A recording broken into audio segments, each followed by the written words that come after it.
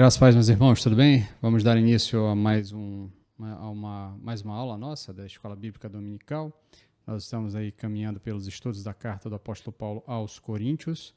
Nós estamos já chegando no final da primeira carta de Paulo aos Coríntios, estamos ali no capítulo 15 e vamos hoje estudar talvez um dos capítulos mais importantes de todo o texto bíblico.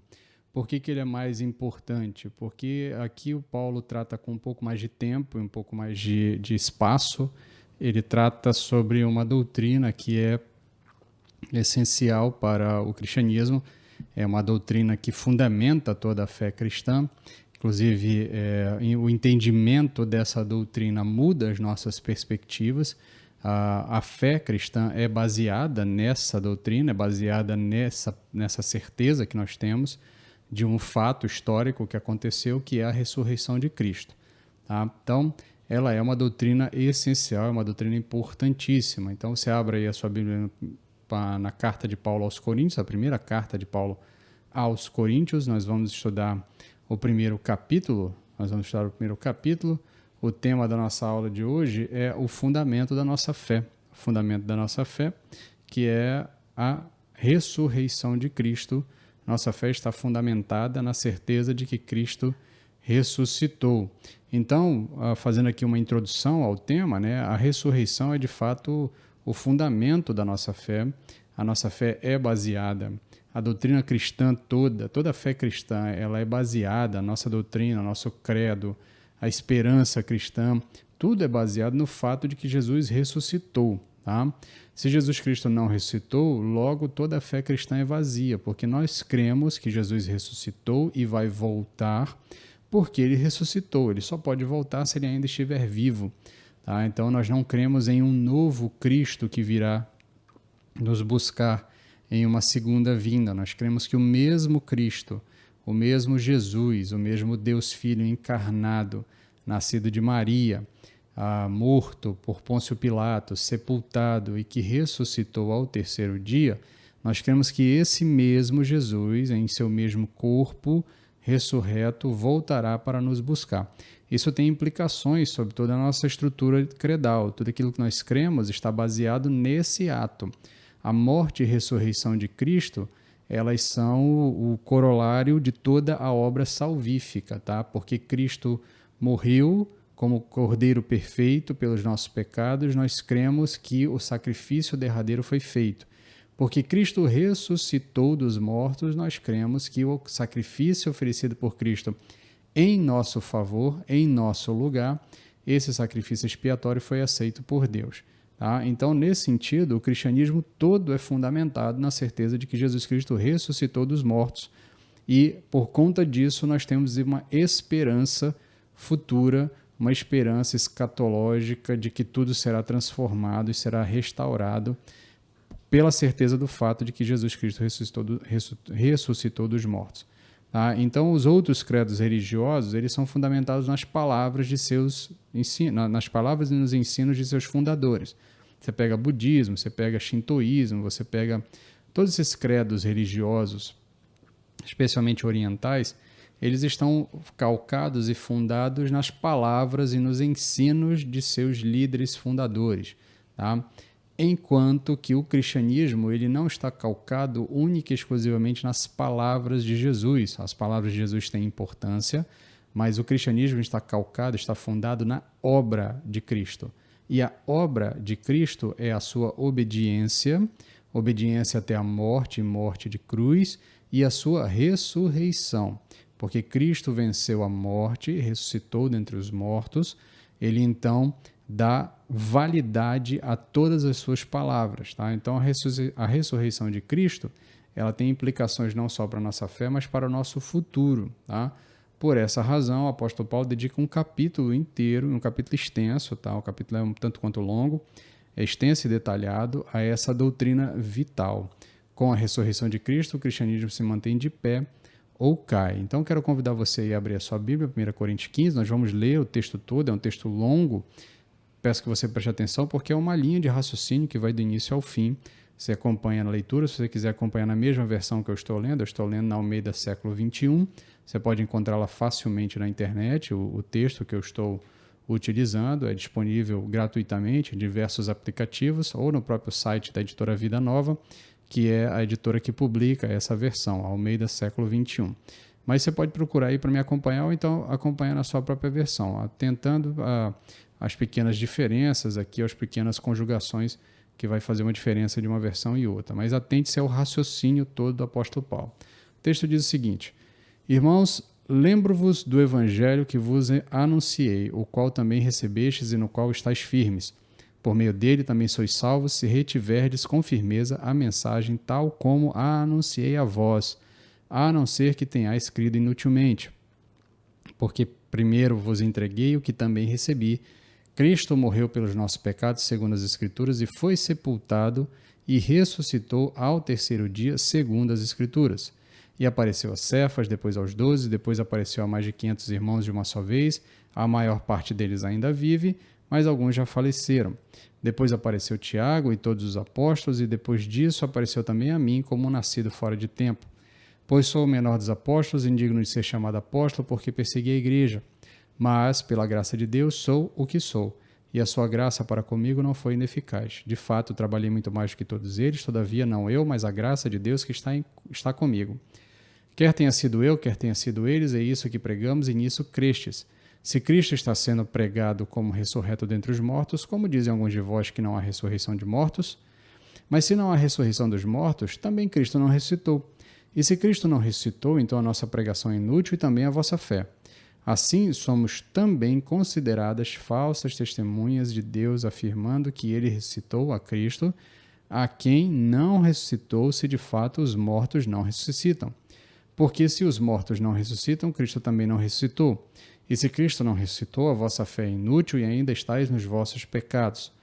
Logo, os que morreram em Cristo também estão perdidos. Se a nossa esperança em Cristo é apenas para esta vida, então somos os mais dignos de compaixão entre todos os homens. Mas, na verdade, Cristo ressuscitou dentre os mortos, sendo ele o primeiro entre os que faleceram. Porque, assim como a morte veio por um homem, também por um homem veio a ressurreição dos mortos. Pois assim como Adão, todos morreram do mesmo modo. Pois assim como em Adão todos morreram, do mesmo modo em Cristo todos serão vivificados. Cada um, porém, na sua vez, Cristo primeiro e depois os que lhe pertencem na sua vinda. Então virá o fim, quando ele entregar o reino a Deus, o Pai, quando houver destruído todo o domínio, toda a autoridade e todo o poder, porque é necessário que ele reine até que tenha posto todos os inimigos debaixo de seus pés. E o último inimigo a ser destruído é a morte, pois sujeitou todas as coisas debaixo de seus pés, mas quando diz todas as coisas lhe estão sujeitas, é claro que isso não inclui quem lhe sujeitou todas as coisas. E quando todas as coisas lhe estiverem sujeitas, então o próprio Filho se sujeitará àquele que todas as coisas lhe sujeitou, para que Deus seja tudo em todos. De outra forma, que farão os que se batizam em favor dos mortos? Se em absoluto os mortos não ressuscitam, por que então se batizam em favor deles? E nós, por que nos expomos também a perigos a toda hora? Morro todos os dias, eu afirmo, por causa de vós, é que sois a minha glória em Cristo Jesus nosso Senhor. Se como um simples homem lutei com feras em Éfeso, de que me adianta isso? Se os mortos não ressuscitam, comamos e bebamos, porque amanhã morreremos. Não vos enganeis, as más companhias corrompem os bons costumes. Voltai à sobriedade como convém e não pequeis, porque alguns ainda não têm conhecimento de Deus. Digo isto para a vossa vergonha. Mas alguém dirá: como ressuscitam os mortos? E como que espécie de corpo virão? Insensato, aquilo que semeia não nasce se primeiro não morrer. Quando semeias, não semeias o corpo que vai nascer, mas apenas a semente, assim como a semente de trigo ou de outra qualquer. Mas Deus lhe dá um corpo como determinou, e a cada espécie de semente ele dá o corpo apropriado. Nem toda a carne é a mesma. Os seres humanos têm uma espécie de carne, os animais outra, as aves outras e os peixes outra. Também há corpos celestes e corpos terrestres, mas uma é a majestade dos celestes e outra a dos terrestres. Uma é a majestade do sol, outra é a majestade da lua, outra é a majestade das estrelas, porque uma estrela distingue-se em majestade de outra estrela. Assim também é a ressurreição dos mortos, semeia-se um corpo perecível e ressuscita imperecível. Semeia-se em desonra e ressuscita-se em glória. Semeia-se em fraqueza e ressuscita em poder. Semeia-se um corpo natural e ressuscita um corpo espiritual. Se há corpo natural, há também corpo espiritual. Assim também está escrito: Adão, o primeiro homem, tornou-se vivente, o último Adão, espírito que dá vida. Mas primeiro não veio o espiritual e sim o natural, depois veio o espiritual. O primeiro homem foi feito do pó da terra e o segundo homem é do céu. A semelhança do homem terreno, assim também são os da terra. E a semelhança do homem celestial, assim também são os do céu. Assim como trouxemos a imagem do homem terreno, traremos também a imagem do homem celestial. Mas digo isto, irmãos, carne e sangue não podem herdar o reino de Deus. Nem o que é perecível pode herdar o imperecível. Eu vos digo o mistério: nem todos iremos falecer, mas todos seremos transformados no momento, num abrir e fechar de olhos, ao som da última trombeta, porque a trombeta soará e os mortos ressuscitarão imperecíveis, e nós seremos transformados, pois é necessário que aquilo que perece se revista do que é imperecível, e o que é mortal se revista do que é imortal. Mas quando o que perecer se revestir do que é imperecível e o que é mortal se revestir do que é imortal, então se cumprirá a palavra escrita: a morte foi engolida pela vitória. Onde está, a morte, a tua vitória? Onde está, a morte, o teu aguilhão? O aguilhão da morte é o pecado e a força do pecado é a lei, mas graças a Deus que nos dá a vitória por meio de nosso Senhor Jesus Cristo. Portanto, meus irmãos, sede firmes e constantes, sempre atuantes na obra do Senhor, sabendo que nele o vosso trabalho não é inútil. Amém? De fato, é um texto longo, são muitos temas que o apóstolo Paulo está tratando ao longo desta carta, ao longo desse capítulo. Então, eu peço a sua atenção aí para que nós possamos destrinchar esse texto. Vamos então entender aqui o contexto, o que é que está acontecendo e por que é que o apóstolo Paulo toca nesse assunto a essa altura da carta, tá? O que nós temos percebido, que nós podemos perceber ao longo da carta, é que a igreja de Corinto está paulatinamente ali agregando uma série de problemas, e parte desses problemas está ligado diretamente com o fato de que eles estavam abraçando, tá, demasiadamente a filosofia grega, abraçando demasiadamente os seus costumes da sua tradição, da sua região, e suplantando a teologia bíblica, o ensino bíblico, pelo ensino humano, tentando casar o ensino humano com o ensino bíblico, mas dando uma preferência à interpretação daquilo que é racional, daquilo que é humano, tá? Então, para que nós possamos entender, a gente já falou disso lá nas primeiras aulas, mas os gregos acreditavam no dualismo filosófico, tá? Espírito bom, corpo mau. Então, eles acreditavam que tudo que acontecia na carne, no espírito, né? Ou melhor, na carne, no corpo físico, ele era mau, tá? Então, lembrando aqui um pouco aqui de concepção platonista, tá? O mundo das ideias, o mundo da ideia é o mundo perfeito, é de lá que vêm as coisas perfeitas. E aqui nós estamos em um arremedo, estamos ainda em sombras, né? Vivendo em sombras e conhecendo por sombras. Então, para que nós possamos ascender ao que é perfeito, nós temos que ascender ao mundo espiritual, ao mundo ideal. Isso é basicamente aqui um resumo bem simples e bem simplório de um pouco de filosofia platônica, tá? É óbvio que a filosofia platônica é muito mais extensa e muito mais complexa do que isso. Mas, basicamente, de uma forma popular, o que se entendia é isso: é que o corpo é ruim, o espírito é bom. Isso levava o povo, então, a dois tipos de comportamento. Ou eles eram extremamente ascéticos, tá? Se abstinham de tudo que era carnal, de tudo que era físico, comiam pouco, bebiam pouco, porque essas coisas eram ruins, tá?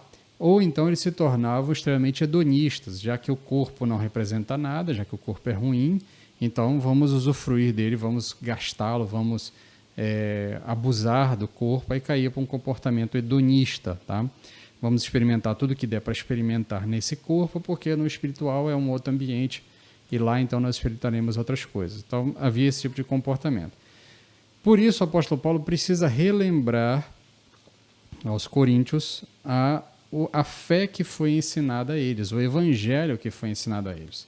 Então a ressurreição fazia parte desse fundamento teológico. E dentro da filosofia grega, a ideia de ressurreição era uma ideia um tanto grotesca. Por quê? Porque o que ressuscita é o corpo. E o corpo é ruim. Se o corpo é ruim, ele é uma prisão para o espírito que é bom. Se o corpo morreu, logo o espírito se libertou. Se o corpo ressuscitar, o espírito continuará preso no corpo. Então havia uma concepção de que a ideia de ressurreição era uma ideia grotesca, era uma ideia inaceitável. Tanto é que, se você se lembrar, quando o apóstolo Paulo passa por Atenas, na sua viagem missionária, ele passa por Atenas um pouco antes de chegar a Corinto. Ele então chega lá em Corinto, ele chega em Atenas, ele começa a pregar em Atenas, prega no Areópago, então ele começa um debate com os filósofos atenienses ali, e quando ele começa a explicar o evangelho, quando ele fala de ressurreição, e os gregos, os atenienses, entendem que ele estava falando de ressurreição como um fato, que este corpo ressuscitará, os nossos corpos ressuscitarão, então eles abandonam ali tudo que eles estavam ouvindo no apóstolo Paulo, ignoram o que ele estava ouvindo, porque até então eles estavam achando que ressurreição era uma divindade que o apóstolo Paulo estava tentando apresentar para eles. Mas aí, o que acontece? Nesse processo, você percebe que a cultura grega, ela rejeita fortemente a ideia de ressurreição. Então, aqui no capítulo 15, o apóstolo Paulo volta a tratar da ressurreição, ele trata da ressurreição agora como uma doutrina essencial e basilar à fé cristã. Ele vai explicar isso tudo ao longo do capítulo, então ele divide aqui, basicamente, a gente pode dividir o corpo em 3 grandes blocos. Ele fala da ressurreição no passado como um fato histórico e comprovado, vai do verso 1 até o verso 11. Ele fala da ressurreição no presente como fundamento da nossa fé, aquilo que de fato dá o fundamento da nossa fé, e a ressurreição como fundamento da esperança futura, como aquilo que no que nós calcamos a nossa esperança futura. Certo? Então, continuando, a gente vai seguir essa divisão aí e usando também um pouco aqui de perguntas e respostas. A gente vai fazer perguntas ao texto e tirarmos algumas respostas do texto para explicarmos melhor esse texto, esse capítulo que é bem complexo, tá? Então, primeiro, a ressurreição no passado como um fato histórico e comprovado. Vai do verso 1 até o verso 9 ali. A primeira pergunta que você pode fazer ao texto é: os mortos ressuscitam? Tá? Para os gregos, não, né? Como a gente já havia explicado. Para os judeus, depende, tá? Aí vai depender da escola teológica que o judeu estava ligado, tá? Os que estavam ligados aos saduceus, ao partido religioso dos saduceus, rejeitavam totalmente a ideia de morte, ou melhor, a ideia de ressurreição, porque os saduceus estavam amplamente influenciados pela cultura helênica, tá? Então eles haviam abraçado essa ideia helênica da inviabilidade da ressurreição ou da irracionalidade da ressurreição. Já os fariseus não, os fariseus acreditavam na ressurreição porque o Antigo Testamento fala em ressurreição. O Antigo Testamento aponta para o conceito de ressurreição, então eles acreditavam na ressurreição. Tanto é que, se você se lembrar do apóstolo Paulo lá, nos seus vários julgamentos, pelo menos em 2 julgamentos, ele diz: olha, eu estou sendo julgado porque eu defendo a ressurreição de mortos. Tá? Ele usa esse estratagema, né, se você quiser entender como estratagema, mas ele usa essa estratégia de debate ali para colocar, inclusive, saduceus e fariseus em uma saia justa ali. Porque ambos, saduceus e fariseus, estavam unidos contra Paulo, e de repente o apóstolo Paulo vem com essa cartada e diz: olha, eu estou sendo julgado porque eu estou anunciando a ressurreição de um judeu. Eu estou dizendo que Jesus Cristo ressuscitou, e logo, se ele ressuscitou, ele é o Cristo. Então, os saduceus continuariam acusando o apóstolo Paulo, mas os fariseus seriam obrigados a defendê-lo, porque os fariseus criam na ressurreição. E se o apóstolo Paulo dizia que estava sendo julgado por conta da crença na ressurreição, os fariseus estariam ali numa situação tanto quanto complicada em relação a isso. Isso é lá nos últimos capítulos do livro de Atos. Tá? Mas então o apóstolo Paulo aqui vai dizer que para os cristãos a ressurreição é uma certeza. Tá? Os mortos ressuscitam. E aí ele vai nos trazer 3 comprovações. Tá?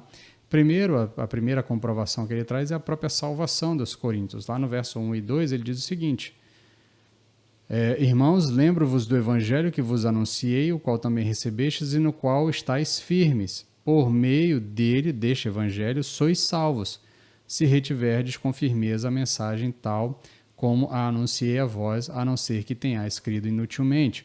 Então ele diz, olha, a primeira comprovação é a salvação de vocês. Se vocês creem na salvação de vocês, se vocês entendem que estão salvos, se vocês estão se mantendo firmes nessa verdade, vocês só podem fazer tudo isso porque Cristo ressuscitou, tá? Cristo ressuscitou. Então, há ressurreição de mortos, logo Cristo ressuscitou e por isso vocês estão salvos. Aí ele continua, a segunda razão que ele vai dar, a segunda comprovação, são as escrituras do Antigo Testamento. E aí ele vai começar no verso 13 ali, porque eu vos entreguei o que também recebi. E aqui é um pequeno parêntese para que você lembre, a gente vem insistindo nesse conceito de que o cristianismo é uma tradição de ensinamentos. Tá? Nós recebemos os ensinamentos dos apóstolos, os apóstolos nos passaram, nós passamos de geração em geração. Nós não temos a liberdade para acrescentar informações ao Evangelho. O Evangelho é um conjunto doutrinário, um conjunto de informações que nos é passado, que nos é transmitido. Então, apóstolo Paulo, o que eu recebi, eu também transmiti a vocês.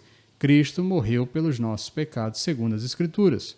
Então, ele vai calcar a morte de Cristo nas Escrituras, dizendo que as Escrituras do Antigo Testamento haviam predito a morte de Cristo, haviam confirmado a necessidade da morte do Cristo. Depois ele diz, e foi sepultado e ressuscitou ao terceiro dia, segundo as Escrituras. Então, ele deixa claro que a ressurreição de Cristo também foi comprovada pelas Escrituras. As Escrituras davam a informação de que Cristo morreria e ressuscitaria. Depois, então, ele vai dizer que a outra comprovação é as próprias testemunhas oculares. Tá? Do verso 5 ao verso 11, ele vai dizer que várias testemunhas, primeiramente os apóstolos, depois um grupo maior de 500 membros, de 500 discípulos, viram a Jesus ressurreto e muitos deles estavam vivos. Então ele apela para essas testemunhas oculares. E aqui é importante você perceber que o apóstolo Paulo está deixando claro que não se trata de um fato científico, mas de um fato histórico, um fato que aconteceu e foi presenciado por outras pessoas e foi testemunhado por outras pessoas. Pessoas que viram Jesus antes de ser morto, viram Jesus ser morto e depois viram Jesus ser sepultado e viram Jesus vivo. Tá? Então, essas pessoas testemunharam a ressurreição de Cristo. Por que nós afirmamos que não se trata de um fato científico? Porque eu não tenho como repetir isso dentro de uma estrutura científica. Tá? Eu não tenho como colocar Jesus Cristo em um laboratório, matá-lo novamente, colocá-lo numa tumba, esperar 3 dias e ver se ele ressuscita de novo. Tá? Mas é um fato histórico, está muito mais semelhante a uma prova judicial, uma prova jurídica, onde você precisa de elementos, de indícios, para convencer alguém de que aquele fato de fato aconteceu. Quais são os elementos que o apóstolo Paulo está dizendo aqui? Primeiro, ele diz a salvação de vocês. Segundo, as Escrituras haviam confirmado e afirmado a morte e a ressurreição de Cristo. E as testemunhas oculares, que seria então o corolário dessas comprovações. Várias testemunhas. Inclusive, ele diz que dessas 500 testemunhas, e aí ele se inclui também como uma última testemunha, né? Uma última testemunha viva. Ele diz que dessas 500 testemunhas que viram Jesus vivo, muitos ainda estavam vivos, tá? Alguns já haviam morrido, mas muitos ainda estavam vivos. Então, a ressurreição no passado, como um fato histórico e comprovado, é algo factual, é algo que as Escrituras não titubeiam, não há dúvida sobre isso. O Jesus Cristo morreu e ressuscitou. Isso foi um fato acontecido, tá? Um fato acontecido, comprovado, um fato acontecido, testemunhado, um fato acontecido, em que nós tivemos uma miríade de testemunhas, e essa miríade de testemunhas, inclusive os discípulos, viveram sob essa certeza, e muitos morreram ao afirmar essa certeza. Tá? Os apóstolos todos, à exceção do apóstolo João, morrem por causa dessa afirmação. Jesus Cristo morreu e ressuscitou, Jesus Cristo estava vivo. Essa era a verdade que eles haviam pregado a sua vida toda. E dos 12 apóstolos, né, tirando aí Judas, colocando Matias no seu lugar, dos 12 apóstolos mais o apóstolo Paulo, todos, à exceção de João, morreram por conta dessa verdade, dessa afirmação. E todo tipo de morte, decapitação, crucificação, esquartejamento, forca, alguns foram jogados do alto do templo e uma série de outras mortes cruéis que os discípulos morreram segundo a tradição da história da igreja. Tá? Então, a ressurreição é um fato ocorrido, é um fato concreto, é um fato certo. Os mortos ressuscitam, tá? Os cristãos creem na ressurreição. Segundo bloco aqui, a ressurreição no presente como fundamento de fé, do verso 12 até o verso 19. É possível crer em Cristo e não crer na ressurreição? Tá? Essa é uma pergunta que a gente pode fazer para entender melhor o texto. É possível crer em Cristo e não crer na ressurreição? Não, não é possível, porque se mortos não ressuscitam, Jesus Cristo não ressuscitou. Então só dá para crer em Cristo se eu crer que Cristo está vivo, que Cristo ressuscitou. É interessante como algumas pessoas gostam de dizer hoje em dia que creem nas palavras de Cristo e gostam dos ensinos de Cristo e consideram os ensinos de Cristo. Mas os ensinos de Cristo só fazem sentido se você aceitar e entender e crer na sua ressurreição. Porque todas as promessas que Cristo faz, inclusive os ensinamentos de moral e de comportamento que ele diz, só vão fazer sentido se estiverem dentro desse escopo de proteção da sua obra. Então, por exemplo, quando Jesus Cristo diz que se alguém lhe bater numa face, você oferece a outra face, é porque você crê que ele, o Cristo, há de fazer justiça contra todo o mal no dia do grande julgamento. Para que você creia no dia do grande julgamento, você tem que crer que Cristo ressuscitou e voltará para julgar, e voltará para buscar os seus e julgar a todos. Então não faz sentido eu ficar com parte dos ensinos de Cristo e rejeitar a sua ressurreição. Eles são um pacote fechado. Tudo que Cristo ensinou, tudo que Cristo falou, está ancorado e baseado e está chancelado pela sua obra. E a sua obra é a sua obediência, a sua morte e a sua ressurreição. Tá? Essa é a obra de Cristo em nosso favor. Então, se Jesus Cristo não ressuscitou, a sua obra foi em vão. Tudo que ele fez não teve valor, não teve sentido, porque se ele não ressuscitou, ele foi apenas mais uma pessoa que disse boas coisas, como tantos outros disseram ao longo da história. E nem por isso mudaram a nossa história ou mudaram a nossa percepção, ou especialmente mudaram a nossa condição diante de Deus. A ressurreição é a prova de que a sua obra foi aceita por Deus. Porque Cristo ressuscitou dos mortos, nós cremos que Deus olhou para aquela obra e se satisfez, a sua justiça foi satisfeita, o pecado foi punido, o pecado foi expiado, foi coberto, o pecado, o preço do pecado, que é a morte, o salário do pecado, que é a morte, foi pago. Então, nesse sentido, a ressurreição de Cristo, porque Cristo não permaneceu morto, é que nós cremos que a sua obra foi aceita por Deus. Se Cristo não ressuscitou, nós seguimos um Messias morto e impotente. Nós seguimos um Messias que nos afirma ser um libertador, mas ele é impotente, porque ele foi preso pela morte, ele está preso pela própria condição da morte. Tá? A nossa pregação também se torna vazia, a nossa fé se torna vazia. Nós também transformamos Deus em mentiroso, porque nós dizemos na nossa pregação que Cristo foi ressuscitado pelo poder de Deus. É isso que o apóstolo Paulo diz lá ao longo dos versos ali. Ele vai dizer, olha, se Cristo não ressuscitou, nós estamos fazendo Deus de mentiroso, porque nós estamos afirmando que ele ressuscitou, que Deus ressuscitou Jesus Cristo, e se Deus não ressuscitou Jesus Cristo e os mortos não ressuscitam, então nós estamos dizendo que Deus é mentiroso. Tá? Então nós transformamos Deus em mentiroso, nossos pecados não foram perdoados e ainda estamos sob o peso da condenação deles. Se Cristo não ressuscitou, o sacrifício de Cristo se tornou apenas mais um sacrifício expiatório que apenas aponta para um futuro sacrifício. Porque o autor de Hebreus vai dizer que nem todo sangue de cordeiro, nem todo sangue de touro é suficiente para cobrir a multidão de pecados. Tá?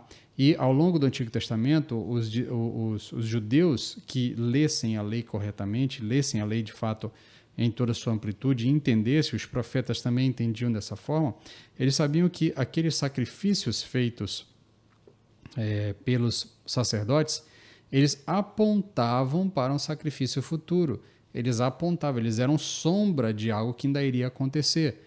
Essa é toda a linguagem do autor de Hebreus, está deixando claro, explicando que tudo que aconteceu no Antigo Testamento é sombra daquilo que Cristo realizou na sua obra. Então, nesse sentido, se os nossos pecados foram perdoados e expiados pelo sangue de Cristo, ele só pode ter sido expiado pelo sangue de Cristo se a obra de Cristo tiver sido aceita por Deus e Deus não exigir mais sacrifício. Tá? Então, por isso nós vamos crer que se os nossos pecados foram perdoados é porque Cristo ressuscitou dos mortos. A prova de que nossos pecados foram perdoados é que Cristo ressuscitou dos mortos.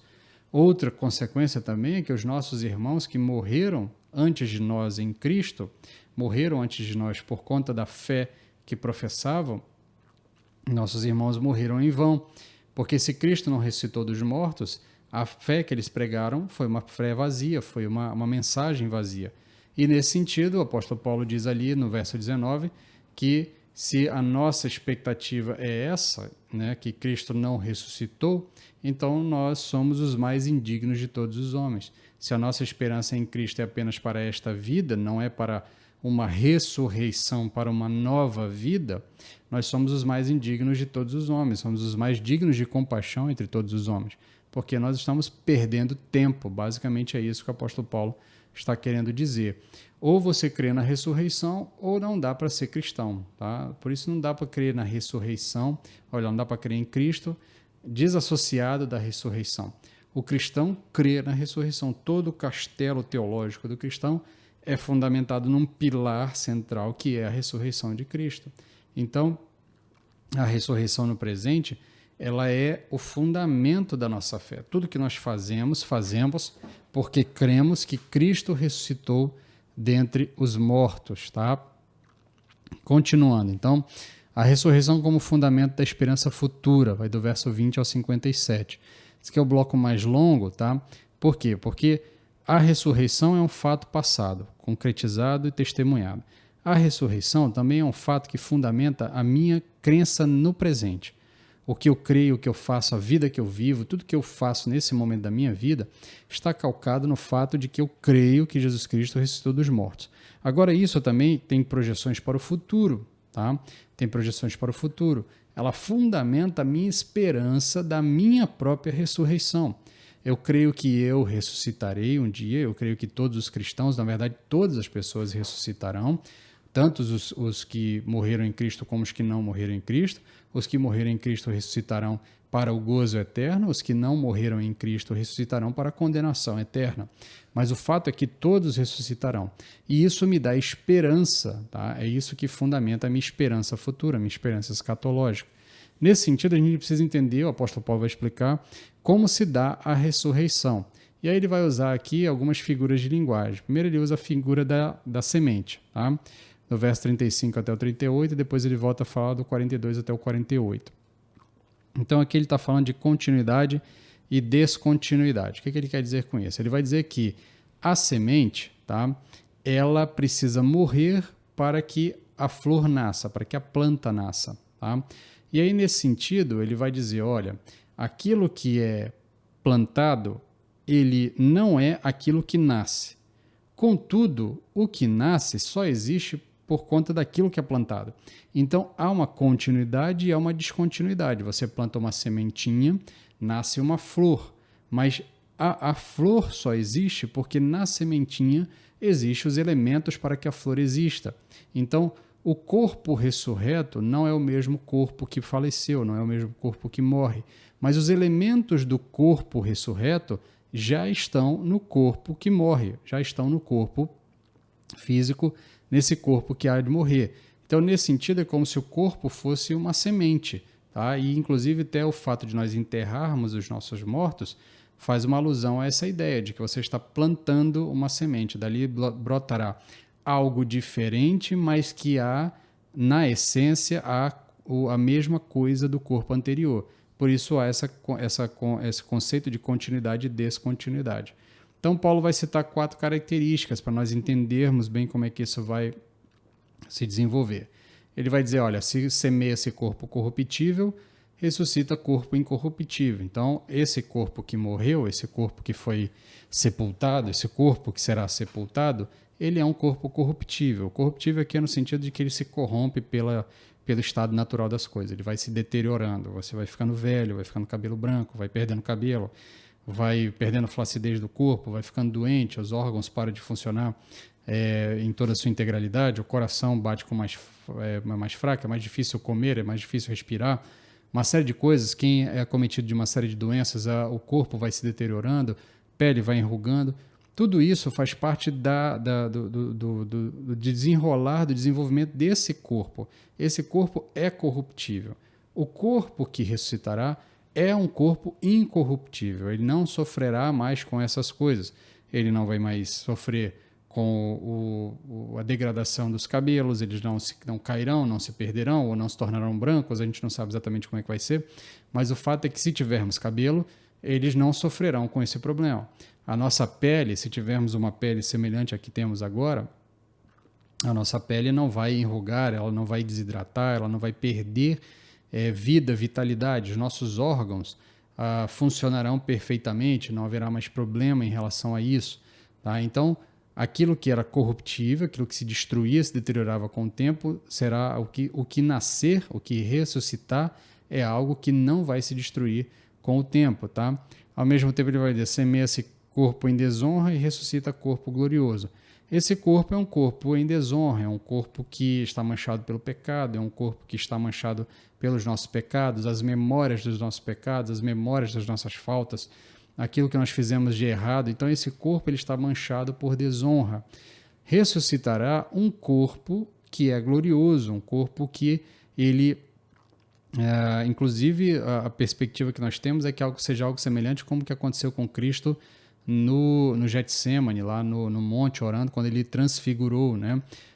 Então é um corpo glorioso, um corpo que brilhará, um corpo que de alguma forma manifestará fisicamente essa glória do corpo perfeito, da obra perfeita de Deus, da construção perfeita de Deus.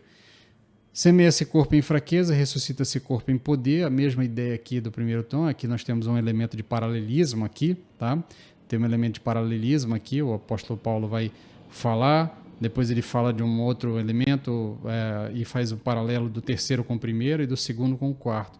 Então, semeia-se um corpo fraco, um corpo que é derrotável, um corpo que perde uma luta para a doença, e ressuscita um corpo poderoso, um corpo que não mais perderá a luta para nada, porque ele é um corpo em poder, é um corpo completo, é um corpo incorruptível.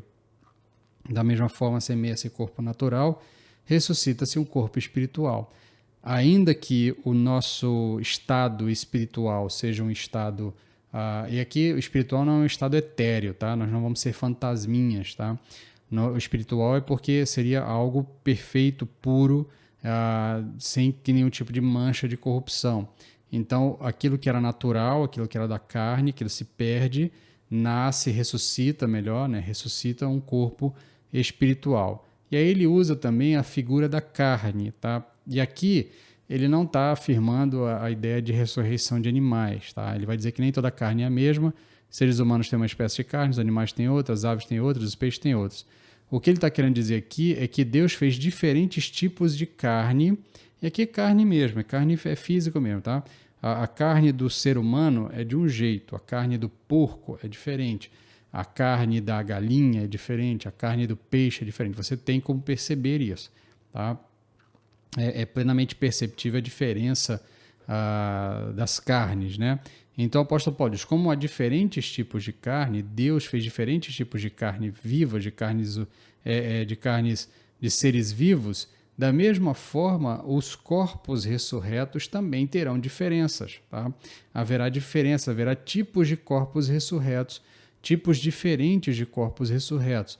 Que diferença vai ser, nós não sabemos, tá? Não há um elemento que explique isso aqui no texto, mas o que o apóstolo Paulo nos antecipa, tá? E nós entendemos que ele nos antecipa por revelação, é de que haverá uma diferença entre os corpos. O meu corpo ressurreto não será igual ao de todo mundo.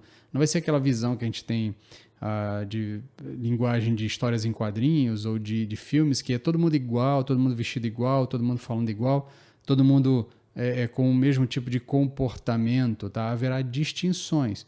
Que tipo de distinção? O texto não nos dá muitas referências, não nos dá muitas informações, mas que haverá distinções, tá? Então, nós não sabemos se essas distinções serão semelhantes às nossas distinções hoje raciais, né? Brancos, negros, amarelos, pardos, vermelhos. Nós não sabemos se será isso, porque o texto não nos dá esse tipo de informação. Qualquer coisa que a gente diga é pura conjectura. O que nós podemos afirmar, pelo que o texto nos diz, é que haverá diferenças, haverá diferentes corpos ressurretos. Nesse mesmo sentido, ele vai usar ainda uma outra expressão, que aí já dá para começar a ter algum outro tipo de percepção, que é a figura dos corpos celestes, dos corpos celestiais. Tá? Então ele vai dizer que há diferentes estrelas no céu. Ele vai primeiro fazer uma distinção entre as estrelas do céu, entre o brilho das estrelas do céu e a ausência de brilho do corpo terreno, tá? Então ele vai fazer essa distinção, depois ele vai falar dos corpos celestes como um todo, da diferença de brilhos entre eles, tá? Entre o brilho do sol e o brilho da lua, a majestade das estrelas. Então ele vai fazer uma distinção de glória entre esses elementos, então como se o sol tivesse mais glória, a lua tivesse menos, as estrelas tivessem menos e os corpos terrestres menos glória. Então ele vai fazer uma hierarquização. E aqui, por favor, um parêntese, não tente acusar o apóstolo Paulo de ignorância, dizendo que ele está fazendo uma distinção entre o sol e as estrelas. E aí pode aqui algum espertinho tentar dizer algo do tipo, mas as estrelas são os sóis de outros sistemas solares, ou o nosso Sol é uma estrela. Isso aqui é uma perspectiva fenomenológica, tá, meu querido? Você não tente empurrar algum tipo de problema no texto quando não é a preocupação. O apóstolo Paulo não está escrevendo um tratado de astronomia, tá? Ele não está muito preocupado. Isso é uma perspectiva fenomenológica. Ele está vendo o fenômeno e está descrevendo e usando o fenômeno como paralelo para explicar o que ele quer explicar. O que ele está querendo dizer? O Sol, para nós, brilha muito mais do que a Lua. A Lua brilha muito mais do que as estrelas, porque as estrelas estão mais longe. As estrelas têm um brilho muito maior do que os corpos terrestres. Então, no fim das contas, o que ele está querendo dizer é haverá diferentes brilhos nos corpos ressurretos. E aí aqui nós podemos interpretar que o apóstolo Paulo está fazendo menção ao galardão. Ele não fala de galardão aqui no capítulo 15, ele vai falar isso em outras cartas, vai falar em Tessalonicenses. Há outros textos bíblicos que nos falam desse galardão, desse elemento que haverá algum tipo de distinção entre os salvos, que vai estar provavelmente muito mais ligado ao que você fez em vida e o que você fez e do quanto de santificação e de piedade você experimentou em vida. Jesus Cristo diz que o copo de água que você der a um dos pequeninos, isso não passará em branco, isso não será ignorado, né? A todo aquele que necessita que você estendeu a mão, Jesus Cristo diz que isso não será ignorado. Pelo contrário, da mesma forma, toda vez que você ignorou a necessidade dos outros, isso também será levado em conta. Então, de alguma forma, tá, haverá essa distinção de corpos ressurretos e haverá alguma espécie de gradação do brilho desses corpos. Talvez os corpos das pessoas que mais viveram viveram uma vida muito mais piedosa e muito mais santa, de acordo com a vontade de Deus, fazendo muito mais pelo Evangelho, aqueles que morreram pelo Evangelho, aqueles que foram mortos por amor ao Evangelho, ou pela defesa do Evangelho, ou pelo avanço do Evangelho, eles receberão algum tipo de galardão diferente do nosso, daqueles que tiveram em vida um tipo de condição mais tranquila, de condição mais pacífica e viveram um evangelho muitas vezes mais pacífico, sem a necessidade de expor-se a risco, tá? Mas o fato é que o apóstolo Paulo está querendo nos dizer aqui, antever aqui o que vai acontecer, que vai haver distinções e o galardão está ligado a isso, tá? Então, quanto mais você vive uma vida à semelhança de Jesus na terra, quanto mais semelhante a Jesus você é, muito mais agradável a Deus ou à vontade de Deus você é. Isso não passará em branco. É óbvio que você não vai fazer uma corrida aqui do tipo, vamos fazer uma contagem para saber, para fazer uma espécie de gradação aqui, para eu poder contar estrelinhas no céu, para eu poder saber qual será o meu galardão. A Bíblia não nos dá essa tabela de referência que Deus possa usar. Jesus Cristo dá um vislumbre, ele diz, olha, um copo de água ao necessitado não passará em branco. tá? Mas quando você ignora aqueles que têm fome e sede, isso também não passará em branco. Então nós temos aqui alguns vislumbres do que é considerado, mas tem muito mais coisas que vão ser consideradas e que a gente não pode simplesmente usar essa tabela como único tipo de referência. Mas o fato é, o apóstolo Paulo está querendo dizer, a ressurreição é a continuidade e descontinuidade. Eu tenho um corpo que tem os elementos daquilo que será ressurreto, embora não será a mesma coisa. Não vai ressuscitar o mesmo corpo, vai ressuscitar um novo corpo, um corpo incorruptível, um corpo glorioso. Essa glória vai seguir graus diferentes, tá? Não é a mesma glória para todos, porque nem todos viveram a mesma vida de piedade e de obediência a Deus. Então há uma gradação. O apóstolo Paulo, mesmo no começo da carta, faz referência àqueles que vão ser salvos como se tivessem sido salvos ali do fogo, né? Vai salvar sem brilho nenhum. Tá? Alguns vão ser salvos como alguém que foi tirado ali do meio do fogo, ali tá queimado, tá o carvão já sem brilho nenhum, foi tirado do meio do fogo, porque foi salvo ali de última hora. Então, há aqueles que terão menos brilho do que daqueles que viveram uma vida mais agradável a Deus. O que nos conforta é que, se seremos perfeitos, no sentido de não haver corrupção nem na nossa mente, nem no nosso corpo, tá? Não haverá inveja do estado de diferença entre os nossos irmãos. Tá? Então, continuando ainda, dentro da ressurreição como fundamento da esperança futura, quais são essas implicações da ressurreição? Ela gera implicações para mim em relação à esperança futura. A primeira delas é o evangelismo. Tá? Por quê? A salvação é pessoal. Verso 29 nos diz o quê? O verso 29 vai dizer o seguinte: de outra forma, que farão os que se batizam em favor dos mortos? Se em absoluto os mortos não ressuscitam, por que então se batizam em favor deles? Esse é um texto bastante complicado e muita gente usa ele mal.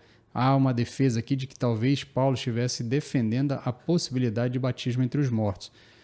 Não faz o menor sentido quando você faz aquela interpretação de todo o escrito do apóstolo Paulo e compara ele também com os demais apóstolos. Como a Bíblia é um livro que conversa entre si, se nós interpretarmos isso literalmente, não vai fazer o menor sentido. Então, ao que tudo indica, uma melhor leitura, uma leitura plenamente possível e que aí sim casa com todo o escrito do apóstolo Paulo, é que o apóstolo Paulo está sendo irônico aqui.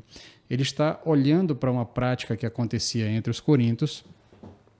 cristãos coríntios, de se batizarem em favor de seus parentes que já haviam morrido, para salvar os seus parentes. Tá? Então ele está dizendo, olha, se os mortos não ressuscitam, por que é que vocês se batizam pelos mortos, por aqueles que já morreram? Se a morte é um estágio final, não há nada depois disso, por que é que vocês se batizam por eles? Só faria sentido vocês se batizarem por eles se eles puderem ressuscitar e experimentar a glória eterna. Porque se eles não podem experimentar a glória eterna depois da ressurreição, tá? Porque não haverá ressurreição, então não faz sentido vocês se batizarem por eles. Então isso nos faz pensar na evangelização. Por quê? Porque a salvação é pessoal, não adianta se batizar por mortos, não adianta rezar missa por mortos, não adianta tentar interceder em favor dos mortos. Quem morreu, morreu. Tá?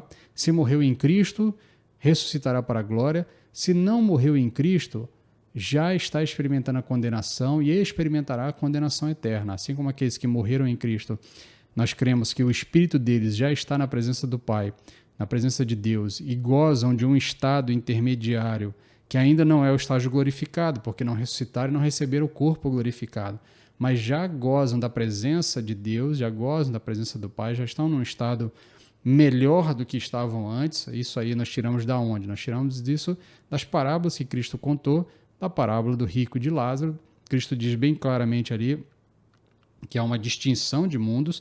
Aquele que morre fazendo a vontade de Deus vai para o seio de Abraão, aquele que é agradável a Deus vai para o seio de Abraão, aquele que é desagradável a Deus vai direto para o inferno, já experimenta a condenação, já está experimentando a condenação, e ainda ele deixa claro ali que não há mais contato desses estados, tá?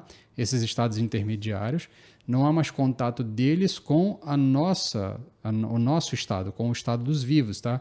Com o plano dos vivos. Eu não quero usar essa expressão plano porque fica uma coisa meio meio espírita aqui, tá? Mas a ideia é basicamente essas.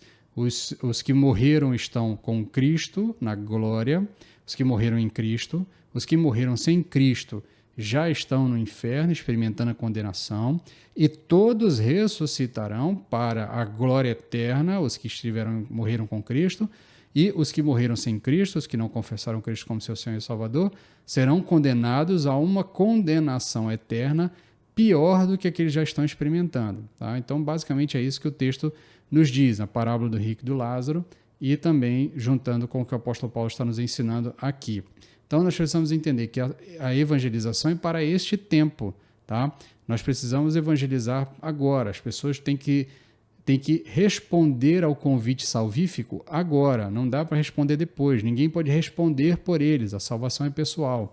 Tá? O tempo de receber a salvação é nessa vida, porque cremos na ressurreição, nós evangelizamos. Porque cremos que a morte não é o fim, nós evangelizamos. Tá? Porque nós sabemos que a morte não é o fim, nós evangelizamos as pessoas, nós avisamos a elas, inclusive é o que o apóstolo Paulo vai dizer ali mais para frente, ele vai dizer, olha, se como um simples homem lutei com feras em Éfeso, estou lendo o verso 32, de que me adianta isso? Se os mortos não ressuscitam, comamos e bebamos, porque amanhã morreremos.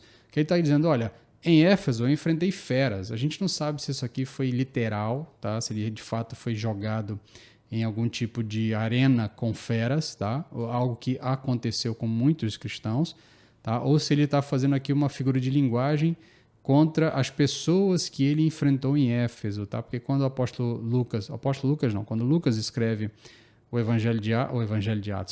livro de Atos, quando ele relata a passagem do apóstolo Paulo em Éfeso, há de fato uma balbúrdia lá, uma briga enorme, o pessoal tenta de fato matar o apóstolo Paulo, há uma confusão muito grande ali, mas não há um relato de que ele tenha sido jogado às feras literalmente.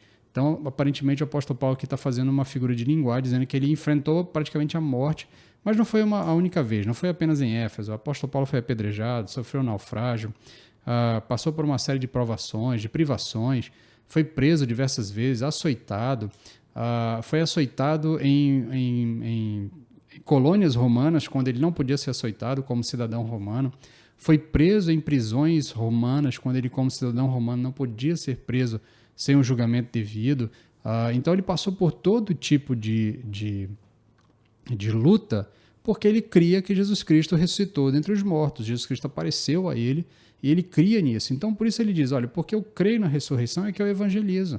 Essa é a razão de evangelizar, essa é a razão que me faz enfrentar feras, me faz enfrentar açoites, me faz enfrentar naufrágios, me faz enfrentar riscos de vida, riscos de morte, me faz ficar longe dos meus parentes, dos meus queridos. É por essa razão que os nossos missionários abandonam o conforto dos seus lares, a possibilidade de outras carreiras muito mais que lhe dariam muito mais retorno financeiro, para irem se enfiar nos lugares mais distantes, onde o evangelho ainda não entrou, enfrentando todo tipo de situação, enfrentando não só os problemas físicos, os problemas políticos, os problemas do perigo que os homens geram, mas também enfrentando os perigos espirituais dos ambientes onde o evangelho ainda não entrou, onde as trevas dominam, onde todo tipo de situação pode acontecer. Os apóstolos, os nossos missionários, aqueles que dedicaram a sua vida à evangelização, enfrentaram tudo isso por quê? Porque creram que Jesus Cristo ressuscitou e está vivo.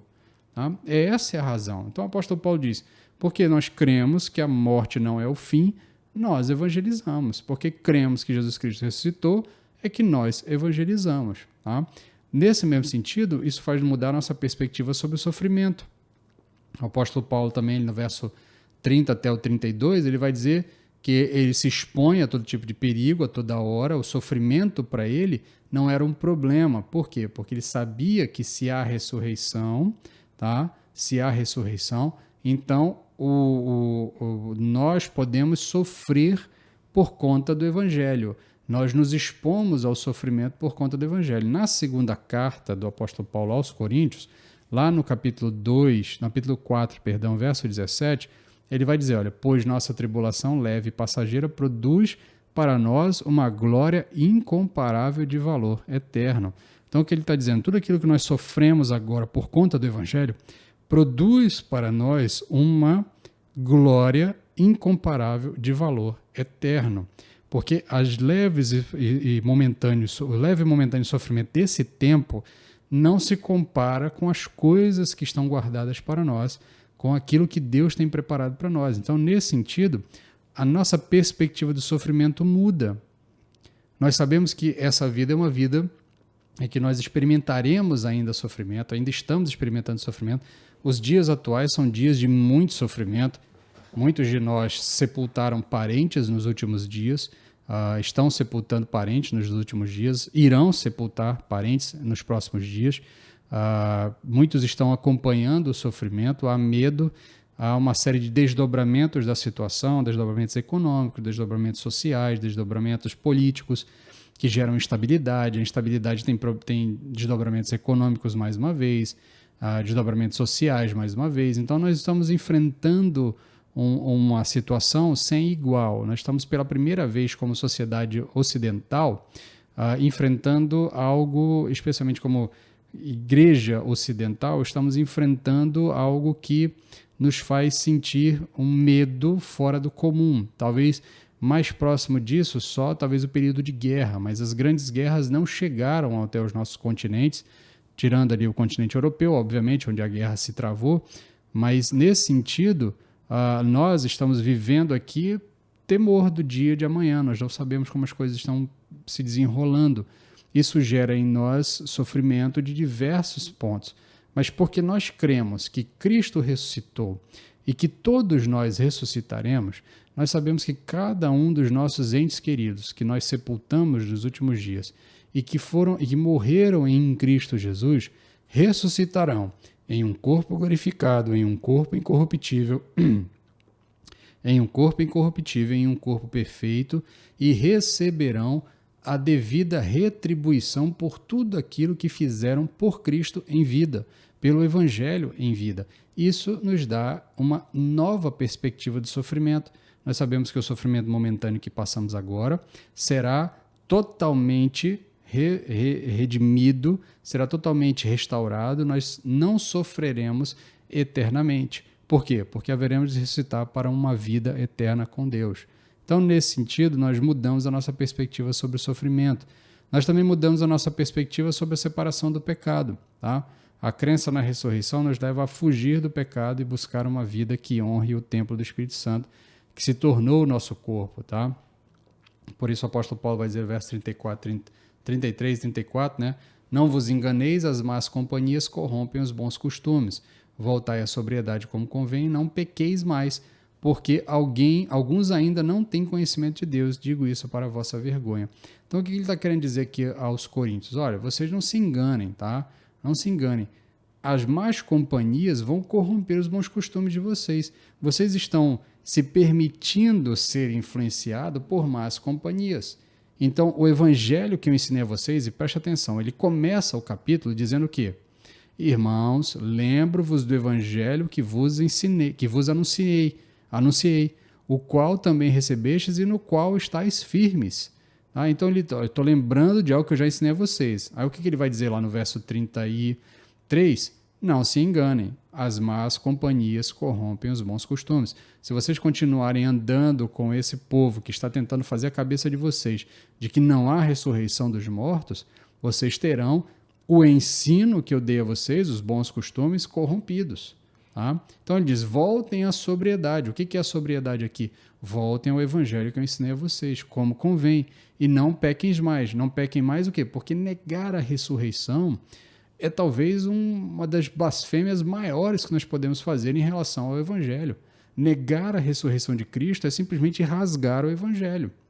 É simplesmente dizer, olha, Jesus Cristo, você não me importa de nada, porque toda a obra de Cristo e até o fato dele ser rei, do fato dele ter retornado à sua glória, só aconteceram, tá, por conta da sua ressurreição. Porque a sua obra foi aceita por Deus, porque a sua obra foi chancelada por Deus. Olha, de fato, ele cumpriu aquilo que ele veio fazer. Por isso, agora ele vai ser entronizado e reinará sobre todas as coisas. Tá? Eu estou fazendo aqui um resumão aqui do que é dito um pouco em Apocalipse, do que é dito um pouco no final dos Evangelhos. Então, nesse sentido, você precisa entender que negar a ressurreição é um pecado enorme, tá? É um pecado enorme. Então, ele diz, voltem à sobriedade, não pequem mais. Por quê? Porque alguns de vocês ainda não têm conhecimento de Deus. Tem pessoas entre vocês que ainda não conheceram a Deus, ainda não entenderam a Deus. E ele está dizendo, alguns entre vocês, ele não está falando das pessoas da comunidade ao redor, não. Tá? Ele está falando de gente dentro da igreja, tá? Gente dentro da igreja. Lembra, a carta não é escrita para a comunidade, a carta é escrita para a igreja.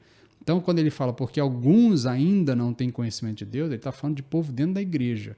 Tá? Então, cuidem dessas pessoas, cuidem da atitude de vocês, porque se vocês pegam um novo na fé, alguém que está começando a caminhar na fé, e a primeira coisa que você ensina para ele que Jesus Cristo não ressuscitou, esquece o resto, não vai fazer diferença nenhuma. Ele nunca vai ser impossível a conversão dessa pessoa se ela começa negando a ressurreição, que é o fundamento da nossa fé. Certo? Então, a minha crença, né, na ressurreição, ela gera implicações para a minha vida, para a minha esperança futura, e uma delas é a minha separação do pecado. Eu me separo do pecado porque eu creio que eu sou templo do Espírito Santo, que Deus habita em mim, que Cristo, ou melhor, o Espírito Santo habita em mim, e porque cremos que todos os ressurretos serão julgados, nós vivemos uma vida que se abstém do pecado. Porque nós cremos que todos aqueles serão julgados, nós vivemos uma vida que agrade ao Senhor, nos abstendo do pecado, fugindo da presença do pecado. Ainda dentro das implicações futuras, né, da ressurreição como fundamento da esperança futura. Quais são as implicações da ressurreição? A primeira é a morte, tá? Essa talvez seja a grande implicação da crença na ressurreição. Do verso 49 até o verso 57, é um texto um pouco mais longo, a gente não vai ler, a gente vai só citar aqui para facilitar e agilizar a nossa aula. Então, porque cremos na ressurreição, nós temos uma nova perspectiva sobre a morte. A morte já não é mais sinal de desespero. Tá? A morte não é o ponto final. Isso aqui é importantíssimo nós frisarmos, especialmente em tempos que nós vivemos tantas notícias de morte. O cristão precisa entender isso. Eu quero que você pare agora, preste atenção nisso e tente internalizar essa informação. O cristão não teme a morte. Tá? Nós choramos a morte, nós lamentamos a morte, nós nos entristecemos com a falta das pessoas que morreram, nós sentimos a saudade deles, nós desejamos estar com eles, nós sentimos a falta da presença deles, nós sentimos tudo isso, mas a morte não deve ser razão de temor para o cristão. Ela não pode ser razão de temor para o cristão, porque todo cristão só é cristão porque ele crê naquele que venceu a morte, naquele que acabou com o reinado da morte sobre todos nós. O apóstolo Paulo deixa bem claro aqui nesses versos que ele diz que por conta do pecado de Adão, a morte reinou sobre todos nós. Lá em Romanos ele vai dizer isso, que por causa do pecado de Adão, a morte reinou, a morte entrou e reinou sobre todos. Mas por causa da obediência de Cristo, a morte perdeu o seu domínio sobre todos. E aqui o que é interessante é que o apóstolo Paulo diz, Jesus Cristo é o primeiro. A morte não teve poder sobre um de nós. Isso nos dá a garantia e a certeza de que a morte não é mais a toda-poderosa, porque até Cristo a morte reinou sobre todos. Não adiantava você ser a pessoa mais piedosa da face da terra. Os melhores homens que viveram, os profetas, os reis que fizeram a vontade de Deus, Davi, um homem segundo o coração de Deus, morreu e foi sepultado e permaneceu morto. Mas Cristo, que cumpriu por completo a vontade de Deus e se tornou diante de Deus digno dos méritos da obediência da lei, a morte não tem poder sobre ele. E como esses méritos são outorgados a todos aqueles que depositaram fé em Cristo Jesus, toda essa conquista de Cristo diante da morte, diante da lei, diante de todas as outras coisas, toda essa conquista de Cristo foi outorgada, foi nos concedida por graça, por conta da sua obra. Como esse mérito é distribuído a nós, então nós cremos que quando nós enfrentarmos a morte não terá poder sobre nós. A morte não terá a última palavra. Então, nesse sentido, não faz nessa linha de raciocínio, não faz sentido o cristão temer a morte. Você pode, obviamente, ficar assustado com a possibilidade da morte, você está preocupado com os seus parentes que ficarão, ou mesmo ali os parentes sentirem a falta, se preocupar, o que eu vou fazer, como é que eu vou viver sem meu pai, sem minha mãe, sem minha esposa, sem meus filhos, como eles viverão sem a minha presença, sem a minha ajuda, sem o meu sustento, muitas vezes. Tudo isso é digno de preocupação. Você pode ter essas preocupações, você não precisa também achar que agora eu preciso fazer de conta que não tem problema nenhum. Não, a morte não é natural para nós. Nós não estamos acostumados com ela e nunca nos acostumaremos com ela. Tá? Por quê? Porque a morte não foi planejada por Deus, não faz parte da nossa natureza, daquilo que foi impresso lá no início de todas as coisas. Tá? A morte é um acidente, a morte ela é uma consequência do pecado. E a partir do momento que Cristo vence o pecado, a morte deixa de ter poder. E isso para nós é motivo de esperança, isso é motivo de alegria, isso é motivo para nós de tranquilidade. Por isso nós podemos tranquilamente organizar as nossas vidas em torno do fato de que um dia morreremos, de que um dia deixaremos de existir fisicamente, que enquanto Cristo não voltar, não ressuscitaremos, aguardaremos a volta de Cristo para ressuscitar, mas que nossa vida cessará. Isso não nos deve assustar, nós não devemos temer o que vai acontecer depois, nós não devemos temer o que acontecerá depois, o que vai acontecer comigo. O texto bíblico está dizendo, você vai ressuscitar. O que acontece nesse estado intermediário? Há discussões, se a alma está dormindo, se a alma vai para o céu. Eu creio, eu entendo que o texto bíblico é muito claro em relação a isso. O espírito volta ao Pai, e aí para mim espírito e alma é a mesma coisa. Eu não faço essa distinção que alguns costumam fazer, mas o texto bíblico diz que o espírito volta ao Pai, tá? O espírito daqueles que estão com Cristo, que morreram com Cristo, volta ao Pai, tá? E aqueles que morreram sem Cristo, pela parábola do rico e Lázaro, nós cremos que já estão experimentando algum nível de punição, algum nível de tormento naquilo que nós podemos chamar de inferno.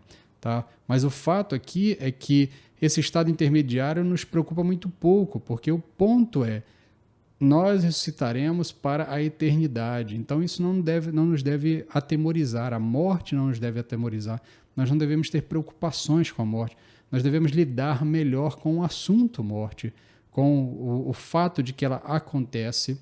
Tá? Nós não podemos nos desesperar diante da possibilidade da morte.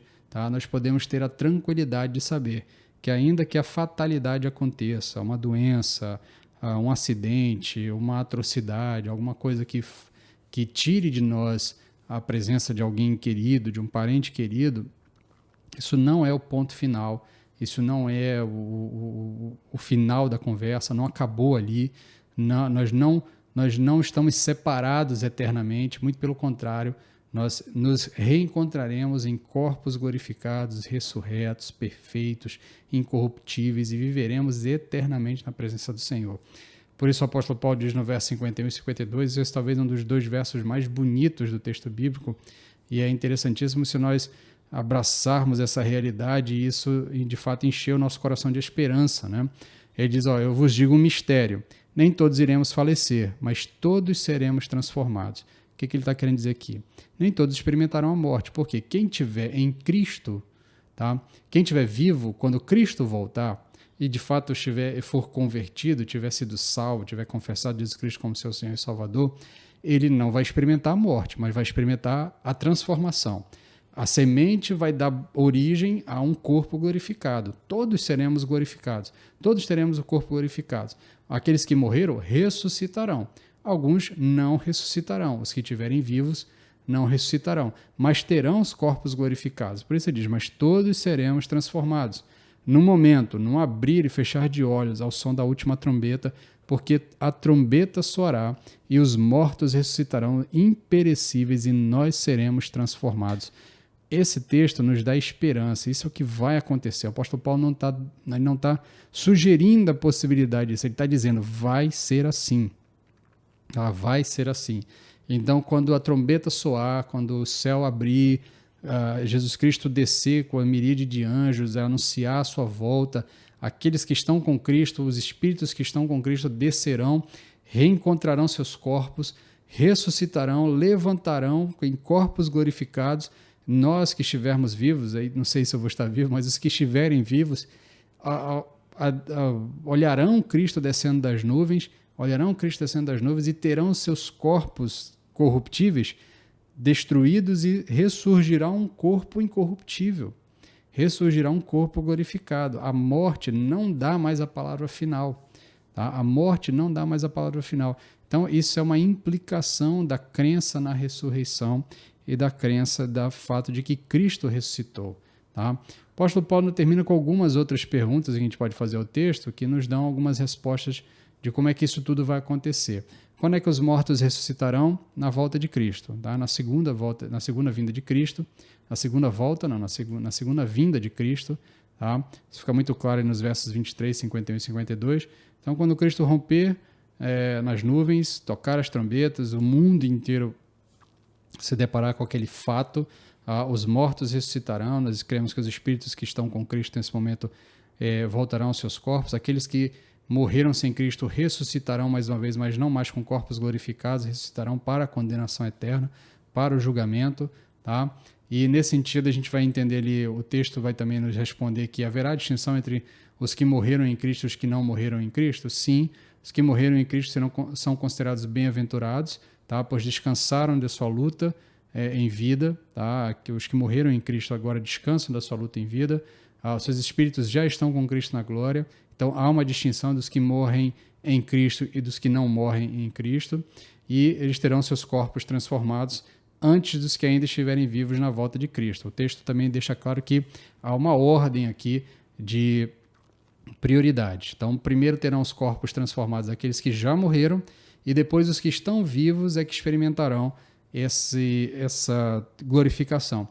Fazendo aqui uma mera conjectura, que me perdoe se a gente já está estendendo um pouquinho aqui, mas é porque o assunto dá pano para manga, dá pano para imaginação. Então, pense só, se de repente você estiver vivo no dia da volta de Cristo, você vai ver, de repente, pessoas que morreram com os corpos glorificados, tá? A gente não sabe quanto tempo vai demorar entre um evento e outro, mas pelo que nós entendemos é um evento sequencial, mas talvez dê tempo de você ver pessoas com corpos glorificados e imediatamente o seu corpo sendo transformado em um corpo glorificado. Isso são coisas que a gente não para pensar. O texto bíblico é riquíssimo nessas informações. Às vezes a gente lê de uma tacada assim, sem prestar muita atenção, e não enche o nosso coração de esperança. Por quê? Porque a gente passa batido no texto. O texto está dizendo, olha, aqueles que morreram em Cristo, aqueles que experimentaram a morte, experimentaram o frio da morte ali naquele momento, eles terão essa prioridade, eles serão glorificados primeiro.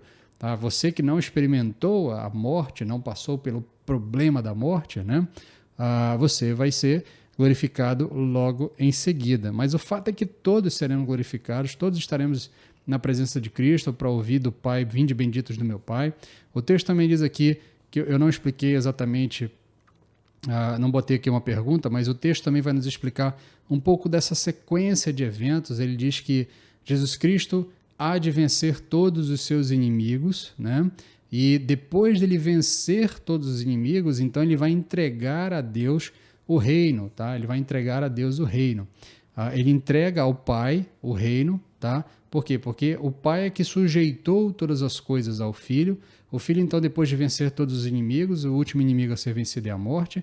Isso vai estar descrito melhor lá em Apocalipse. Ele, então, entrega o reino ao Pai, e aí nós viveremos com todos em um reino eterno de glória e de santidade, onde nós conviveremos com um mundo perfeito, onde Deus será o Senhor sobre todas as coisas, onde Ele será glorificado em todo o tempo. E como é que será essa ressurreição? Tá? Vai ser um evento repentino, no momento, no abrir e fechar de olhos, tá? Não vai ser algo demorado, vai ser algo instantâneo, no abrir e fechar de olhos. E o que acontecerá após a ressurreição? A Bíblia diz que a morte é o último inimigo a ser vencido. Na volta gloriosa de Cristo, a morte será tragada. Então, o apóstolo Paulo encerra com um poema que é citado também por profetas do Antigo Testamento, é citado em Oséias, capítulo 13, verso 14. ele vai então citar ali um poema e diz: onde está a morte, a tua vitória? Onde está a morte, o teu aguilhão?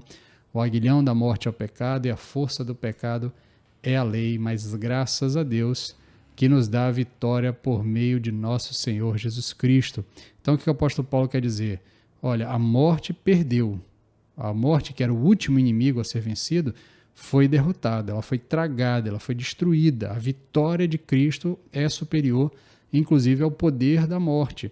E essa vitória nos é dada por meio de nosso Senhor Jesus Cristo. Então, nós venceremos a morte juntamente com nosso Senhor Jesus Cristo. Então, o que acontecerá após a ressurreição é a destruição da morte, é a vitória de Cristo sobre todas as coisas, é a consumação do seu reino sobre todas as coisas, e a morte será tragada, a morte será destruída, a morte será derrotada. Tá? Então, isso nos dá esperança, isso nos dá uma esperança futura. Nós sabemos de coisas que acontecerão e que serão apenas para aqueles que confessam o nome de nosso Senhor Jesus Cristo como Senhor e Salvador. Finalizando, eu vou fazer algumas aplicações aqui, tá? Para a gente poder trazer isso para as nossas vidas, né? A nossa fé é centralizada na certeza de que Cristo ressuscitou e nas implicações desse fato. Tá? A ressurreição de Cristo é a garantia de que sua obra expiatória foi aceita por Deus e por isso é eficaz. Então, a nossa fé é centralizada nessa certeza de que Cristo ressuscitou e em todos os desdobramentos que nós falamos ao longo da aula. Tá? A nossa fé ela é calcada nisso. E todos os desdobramentos são consequências dessa certeza, do que Cristo fez. Tá? Então, a ressurreição de Cristo é a garantia de que a obra expiatória de Cristo foi aceita por Deus. Porque Cristo ressuscitou dos mortos e nós cremos que Deus aceitou a obra que Cristo realizou na cruz. A ressurreição de Cristo nos dá a certeza de que a morte não tem a palavra final. A ressurreição nos mostra que a vida não é um simples viver, nem a morte um simples morrer. O fato de nós sabermos que nós vamos ressuscitar para a glória eterna ou para a condenação eterna, nos faz entender que a vida não é algo que deve ser vivido aleatoriamente. Você tem que ter propósito, tem que ter razão, tem que ter motivação para viver, tem que ter esperança para viver. Tá? Então, nesse sentido, nem a vida é algo vivido aleatoriamente, nem a morte é um evento aleatório, um evento simples, morreu. Não, sabemos que a morte ela não é um evento final, ela é um evento que será derrotado. Então, nesse ponto, a vida e a morte não são simples momentos da vida. Tá? Por isso, o apóstolo termina dizendo: portanto, meus amados irmãos, sede firmes e constantes, sempre atuantes na obra do Senhor, sabendo que nele o vosso trabalho não é inútil. É interessante, esse verso é muito utilizado para estimular o trabalho na igreja, né? As pessoas se engajarem na igreja e tal, mas ele às vezes é usado fora do seu contexto. Né? Por que o apóstolo Paulo diz: meus amados irmãos, sede firmes e constantes, sempre atuantes na obra do Senhor, sabendo que nele vosso trabalho não é inútil? Ora, porque vocês vão ressuscitar, porque vocês podem enfrentar qualquer problema na vida, qualquer perigo na vida, porque se vocês morrerem ou gastarem toda a vida de vocês em prol do Evangelho, isso não é inútil. Não é inútil, porque vocês vão ressuscitar para receber a devida retribuição de Deus por tudo que vocês fizeram em vida em favor do Evangelho. Então, um trabalho não é inútil. Tudo que você fizer não é inútil. Isso aqui está intimamente ligado com o que o apóstolo Paulo fala quando enfrentou feras, enfrentou dificuldades e riscos de vida. Isso não é inútil. Por quê? Porque ele crê na ressurreição de Cristo Jesus e na nossa ressurreição também no dia final, quando Cristo voltar. Então, nesse sentido, todo o trabalho feito na obra do Senhor não é um trabalho inútil. Por quê? Porque todo investimento que você faz, ainda que você não veja os frutos dele, você saberá que um dia você será recompensado pelo Senhor, porque você vai ressuscitar em um corpo glorificado, em um corpo perfeito, e o grau de glorificação desse corpo vai estar intimamente ligado com todo o esforço que você fez em favor da obra do Senhor e o quanto você viveu para agradar ou para fazer a vontade do Senhor. Então, por isso o apóstolo Paulo diz: a vida não é aleatória, a vida tem que ter propósito, tem que ser sentido. Por isso, meus irmãos, sede firmes e constantes, sempre atuantes na obra do Senhor, sabendo que nele vosso trabalho não é inútil. Então, meus irmãos, esse é o fundamento da nossa fé. A nossa fé é calcada na morte e ressurreição de nosso Senhor Jesus Cristo. Então, eu espero que você tenha tido a sua fé aquecida nessa noite, para que você se lembre que o fato de que Cristo ressuscitou dos mortos sustenta a nossa fé, mantém a nossa estrutura teológica, dá razão para as coisas que nós fazemos, nos ajuda a ter sentido na vida, nos ajuda a enfrentar os problemas da vida, tudo porque cremos que Jesus Cristo ressuscitou dos mortos e que nós ressuscitaremos. Essa é a mensagem da Páscoa. Nós acabamos de celebrar a Páscoa e ainda estamos em um ritmo de celebração da Páscoa ainda. Nesse sentido, nós precisamos entender que o fato de sabermos que Cristo ressuscitou dos mortos e que nós ressuscitaremos um dia para a glória, para a glorificação e vivermos eternamente com Deus, é que nos dá razão para continuar caminhando e enfrentando todas as dificuldades. Essa é a razão da nossa fé. Certo? Vamos orar para encerrar então? Senhor, tem misericórdia de nós e ajuda-nos a entender isso, Pai, internalizar e ter os nossos corações aquecidos por essa verdade, por essa palavra, Pai. Transforma isso em realidade nas nossas vidas, Pai. A certeza disso em realidade das nossas vidas. É o que te pedimos, em nome de Jesus. Amém. Bem, meus queridos, se Deus nos permitir, semana que vem retornamos com o capítulo 16 e encerrando assim a carta de Paulo aos Coríntios, a primeira carta de Paulo aos Coríntios.